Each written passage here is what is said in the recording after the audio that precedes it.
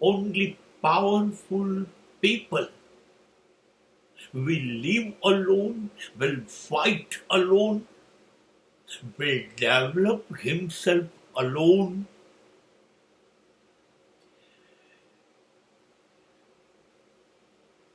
જે લોકોમાં બહુ જ તાકાત હોય ને એ લોકો એકલા જ જીવે. અને આ લોકો છે ને આત્મવિશ્વાસથી ભરપૂર હોય. આ લોકો શિવ સંકલ્પના માણસો હોય. આ લોકો રોજ શિવોહમ બોલનારા હોય. આ લોકો માનવમાંથી મહામાનવ બનનારા હોય.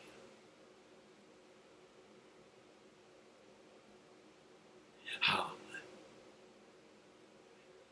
તમારે ઉપર ઉઠવું છે જે તબક્કાથી.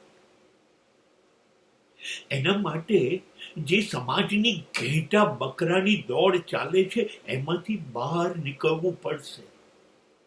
સિંહના ટોળા ના હોય, ટોળામાં તો ઘેટા બકરા ચાલે. કેમ કે એને એ જ દૈનિક, એ જ રૂટીન, એ જ પુનરાવર્તન નું જીવવું છે.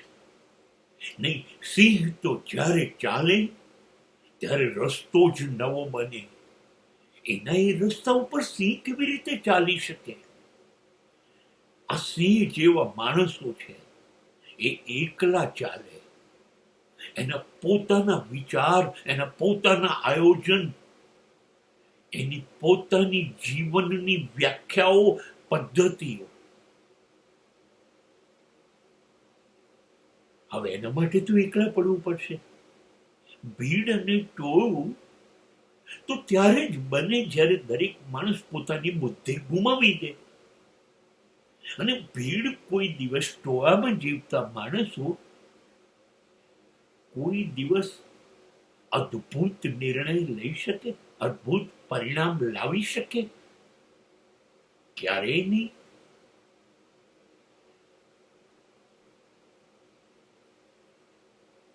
હા, અહીંયા સમાજને નફરત નથી કરવાની. સમાજનો ત્યાગ કરી કુટુંબ, સમાજ ને છોડીને ભાગી જવા, એકલા ક્યાંક જતા રહેવા, ના, એ એકલતાની વાત નથી. પણ તમારું લક્ષ્ય નક્કી છે. મારું ધ્યેય આ છે, મારે મેળવવું છે. મારે જીવતી જીવ મારા ખભા ઉપર મારી લાશ લઈને ફર્યા કરવું નથી. મારે મારી શક્તિઓને શ્રેષ્ઠ ન્યાય આપવો છે. હા, હું આવ્યો છું માણસ તરીકે, પણ મારે મારી અંદર ઈશ્વરનું પ્રતિબિંબ જીવિત કરવાનું. ઈશ્વર છે કે નહીં મને ખબર નથી,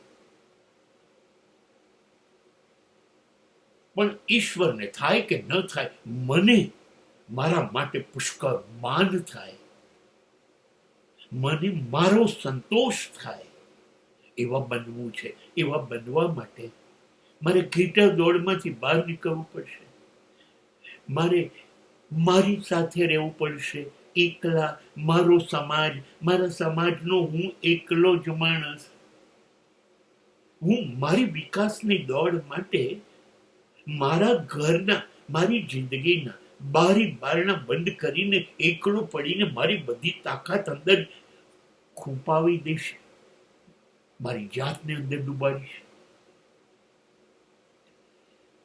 એટલે મને કોઈ સમાજનું નડતર ન નડે અને હું વિકસ્યા કરું.